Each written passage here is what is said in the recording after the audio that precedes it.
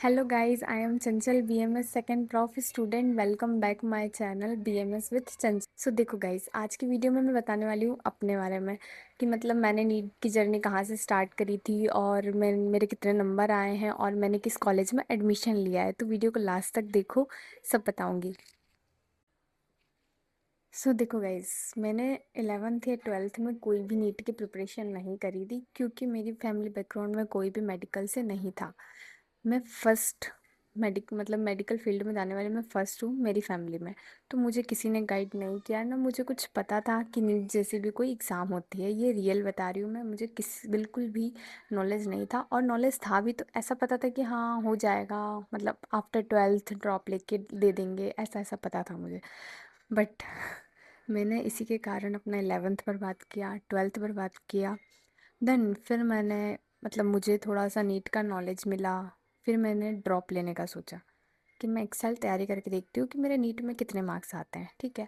तो मैंने पीडब्ल्यू में एडमिशन कराया अपना। एडमिशन पीडब्ल्यू में, इंदौर में विद्यापीठ है, नया ही ओपन हुआ था उस टाइम पे, तो मैंने वहीं पे एडमिशन लिया। देन मैं वही रूटीन फॉलो किया, कॉलेज बोल रही हूँ, sorry, tuition classes and then घर। और ट्रैवलिंग भी बहुत ज़्यादा हो जाता था मेरा क्योंकि 1 आवर की डिस्टेंस पे था मेरे घर से कोचिंग क्लासेस। तो मैं रोज़ जाती आती थी। देन सब सही तो नहीं बोल सकते क्योंकि वहाँ पे इतना कंपटीशन था कि मैं तो जानती भी नहीं थी नीट के बारे में, और बच्चे वहाँ पे पहले से नीट दे के आए। 300 to 400 मार्क्स उनके टेस्ट में, नीट में आ चुके हैं ऑलरेडी, और वो वापस तैयारी कर रहे हैं और मैं उनके साथ कंपटीशन कर रही हूँ। तो वो एक अंदर डर था। बट ठीक है, मैंने अपना पूरा बेस्ट दिया। मैंने सब कुछ छोड़ दिया। सब कुछ ना मैं कहीं जाती थी, ना मैंने कहीं घूमना जाना आना, सब कुछ छोड़ दिया। देन मैं हमेशा टेस्ट देती थी तो मेरे नंबर 300 to 400 आते थे, उससे ज़्यादा नहीं, क्योंकि मैं एक फ्रेशर थी एक तरीके से, और एमपी बोर्ड स्टूडेंट हूँ, तो आपको पता ही एमपी बोर्ड में क्या होता है। उसके बाद मैंने अपना पूरा बेस्ट दिया। देन मेरे नीट में एग्जाम मार्क्स आए थे 514। बट हुआ क्या कि उस साल नीट का पेपर लीक हो गया। सोचो, इंसान ने पूरे साल इतनी मेहनत करी, देन उसके बाद उसको पता चलता है कि पेपर ही लीक हो गया, तो उसके ऊपर क्या बीती होगी। बहुत दिनों तक तो मैं टेंशन में रही कि क्या होगा क्या होगा। ठीक ठाक मार्क्स आए थे बट टेंशन थी कि लीक हुआ है तो कुछ तो होगा ना। अगर इतने मार्क्स फर्स्ट अटेम्प्ट में लाना ही बहुत बड़ी बात होती है। उसके बाद भी मैंने बहुत मेहनत करी, दिन रात एक कर दी, तब जाके मेरे इतने मार्क्स आए। देन ये खबर तो थोड़ा माइंड डिस्टर्ब हो गया। फिर रिजल्ट आता है, पता चलता है मेरी रैंक 1,80,000। समझ रहे हो, 1,80,000 रैंक। मुझे गवर्नमेंट बीएमएस मिलने के चांसेस नहीं लग रहे थे, एमबीबीएस में कैसे लेती।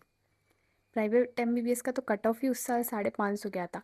600 नंबर वालों को एमबीबीएस नहीं मिल रहा था। ये हालत थी 2024 में। तो बता नहीं सकती, 650 वालों को गवर्नमेंट एमबीबीएस मिला है उस साल, और 600 वालों ने प्राइवेट लिया है। 550 लास्ट था, वर्स्ट कॉलेज का था 550, समझो। और मेरे थे 514। अब मैंने काउंसलिंग में पार्ट लिया, सारी काउंसलिंग में, डबल ट्रिपल सी कराई, एमसीसी कराई, ऑल इंडिया स्टेट, सारी काउंसलिंग में पार्टिसिपेट किया। देन क्या हुआ कि मुझे ज़्यादा नॉलेज नहीं था काउंसलिंग का भी, तो मैंने ऐसे किसी से गाइडेंस लेके करा। फिर मेरे को कहीं भी कॉलेज नहीं मिला। फिर बाद मैं मुझे ऐसा लग रहा था कि अब तो मेरा सब खराब हो गया। सितंबर अक्टूबर आ गया था, मैंने बोला मैं ड्रॉप तो नहीं लेना चाहती, मैं क्या करूँगी क्या नहीं करूँगी। ऐसा चल रहा था मेरे माइंड में, क्योंकि मेरे को ड्रॉप तो बिल्कुल भी नहीं लेना था, क्योंकि जब इस साल हुआ है तो नेक्स्ट ईयर फिर कुछ हो सकता है, ये था मेरे माइंड में। तो मैंने ड्रॉप लेने का नहीं सोचा। तो फिर बात सबसे लास्ट में मुझे किसी ने बताया कि तू स्टेट काउंसलिंग में, एमपी की स्टेट काउंसलिंग में पार्टिसिपेट कर। देन मेरे को पता चला कि स्टेट काउंसलिंग भी होती है, वो भी एमपी में, अपनी खुद के एमपी के कॉलेजेस के लिए। तो फिर मैंने उसमें पार्टिसिपेट किया। उसमें भी मेरे साथ क्या हुआ गाइस कि मेरे को फर्स्ट राउंड में कोई कॉलेज नहीं मिला, यहाँ तक कि सेकेंड राउंड में भी कोई कॉलेज नहीं मिला। उस टाइम तो मैं मैंने बोला यार, मेरे इतने कम नंबर है कि मुझे एमपी में गवर्नमेंट बीएमएस नहीं मिल रहा है। ऐसी हालत हो गई थी, ठीक है। उसके बाद मैंने सोचा ठीक है, तो मैं प्राइवेट बीएमएस भरती हूँ। तो मैंने एक अपने बजट के हिसाब से 2-3 कॉलेजेस प्राइवेट भी डाले सेकेंड राउंड के बाद, थर्ड राउंड के लिए।